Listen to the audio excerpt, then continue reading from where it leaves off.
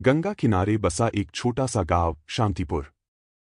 गांव में रहने वाली सावित्री की दुनिया उसके बेटे अर्जुन के इर्द गिर्द घूमती थी। पति की मौत के बाद उसने अर्जुन को अपनी जान से भी ज्यादा प्यार और परवरिश दी थी। अर्जुन बचपन से ही बहुत होशियार था। उसका सपना था कि वह बड़ा आदमी बने और अपनी मां को गरीबी से निकालकर शहर में एक शानदार जिंदगी दे। लेकिन किस्मत का खेल कुछ और ही था। अर्जुन हमेशा कहता था, मां, मैं बड़ा आदमी बनूंगा, एक दिन तुझे बड़े बंगले में रखूंगा। सावित्री मुस्कुराकर कहती, बेटा, मेरे लिए तू ही मेरी सबसे बड़ी दौलत है। पर गरीबी उनके सपनों के आड़े आ रही थी। अर्जुन को शहर जाकर पढ़ाई करनी थी, लेकिन पैसे नहीं थे। इसीलिए एक रात सावित्री ने अपने सोने के कंगन और मंगलसूत्र बेच दिए। उसने अपनी मेहनत से अर्जुन को शहर भेजा ताकि वह पढ़ लिख कर बड़ा आदमी बन सके। अर्जुन शहर चला गया। शुरू में वह रोज मां को फोन करता, चिट्ठियां लिखता, लेकिन धीरे धीरे उसकी दुनिया बदलने लगी। शहर की चकाचौंध में अर्जुन अपनी मां को भूलने लगा। वह मां की बातों को टालने लगा और एक दिन उसने फोन उठाना ही बंद कर दिया। सावित्री रोज दरवाजे पर बैठी इंतजार करती। गांव में सब उसे कहते, तेरा बेटा तुझे भूल गया। पर वह हंसकर कहती, नहीं रे, मेरा अर्जुन बहुत बड़ा आदमी बन गया होगा, अब बहुत व्यस्त रहता होगा। लेकिन उसकी आंखों के आंसू उसकी सच्चाई बयां कर रहे थे। अब अर्जुन एक बड़ा डॉक्टर बन चुका था। उसकी शादी भी शहर की एक अमीर लड़की सोनिया से हो गई थी। लेकिन जब सावित्री पहली बार अर्जुन के अस्पताल पहुंची तो उसे देख अर्जुन का चेहरा उतर गया। मां, तुम यहां क्यों आई? अर्जुन ने ठंडे स्वर में कहा। बेटा, तुझसे मिलने आई हूं, मां की आंखों में चमक थी। लेकिन सोनिया ने अर्जुन का हाथ पकड़कर कहा, अर्जुन, तुम इन्हें अंदर नहीं ला सकते। यह तुम्हारी इज्जत को खराब कर देंगी। अर्जुन कुछ नहीं बोला। उसने आंखें फेर ली। मां, तुम गांव लौट जाओ, मैं तुम्हारे लिए हर महीने पैसे भेज दूंगा। सावित्री के चेहरे पर जैसे घूंसा लगा हो। बेटा, मैंने तुझे दौलत के लिए नहीं पाला था। पर अर्जुन ने उसकी बात सुनी ही नहीं। सावित्री गांव लौट आई, पर अब उसकी हिम्मत टूट चुकी थी। वह बीमार रहने लगी, लेकिन गांव वालों के सामने वह हमेशा हंसती। मां, क्या हुआ? पड़ोसी पूछते।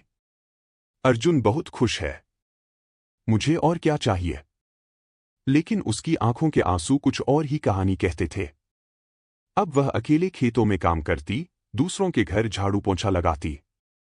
कई सालों बाद जब अर्जुन को खबर मिली कि सावित्री मां अब इस दुनिया में नहीं रही, वह फौरन गांव भागा।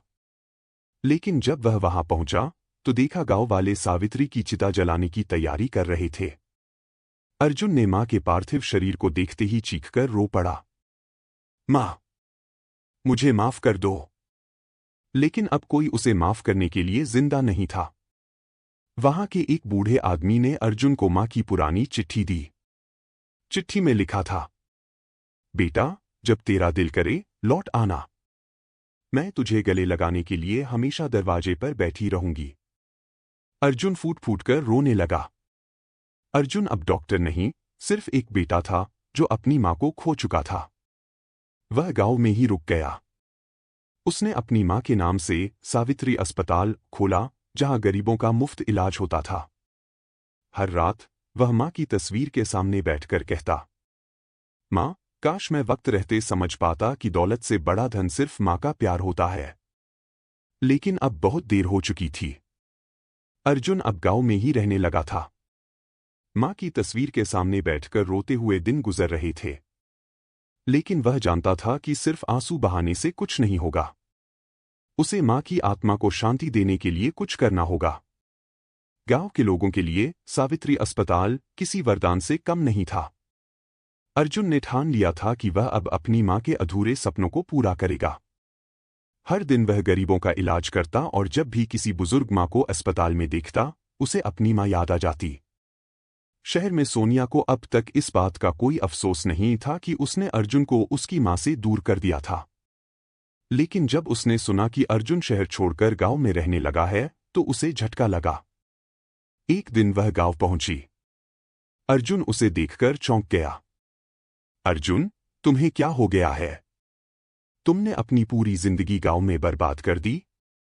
अर्जुन की आंखों में गुस्सा और दर्द था। सोनिया, जिसे तुम बर्बादी कह रही हो, वही मेरी मां का सपना था। मां ने अपने बेटे को डॉक्टर बनाया ताकि वह गरीबों की सेवा करे, ना कि दौलत कमाए। सोनिया ने पहली बार अर्जुन की आंखों में वह दर्द देखा जो उसने कभी समझा ही नहीं था। उसे एहसास हो रहा था कि उसने अर्जुन को कितना गलत रास्ते पर धकेल दिया था। अर्जुन ने सिर्फ अस्पताल ही नहीं खोला, बल्कि मां की इच्छा के अनुसार गांव के बच्चों के लिए सावित्री पाठशाला भी शुरू की। अब गांव के गरीब बच्चे भी पढ़ सकते थे। अर्जुन खुद उन्हें पढ़ाता और कहता, अगर मेरी मां जिंदा होती तो वो यही चाहती कि हर बच्चा पढ़े और बड़ा आदमी बने। गांव की बूढ़ी औरतें अर्जुन को आशीर्वाद देती। बेटा, तूने अपनी मां का नाम रोशन कर दिया। अर्जुन की आंखों में आंसू आ जाते, लेकिन वह हमेशा मां के सपनों को पूरा करने में लगा रहा। रोज रात अर्जुन मां की तस्वीर के सामने बैठता और कहता, मां, मुझे माफ कर दो। मैंने बहुत देर कर दी, लेकिन अब मैं तुम्हारे सपनों को जिंदा रखूंगा। एक रात वह मां की तस्वीर के सामने ही सो गया। सपने में उसने देखा, सावित्री सफेद साड़ी में खड़ी हैं, मुस्कुरा रही हैं।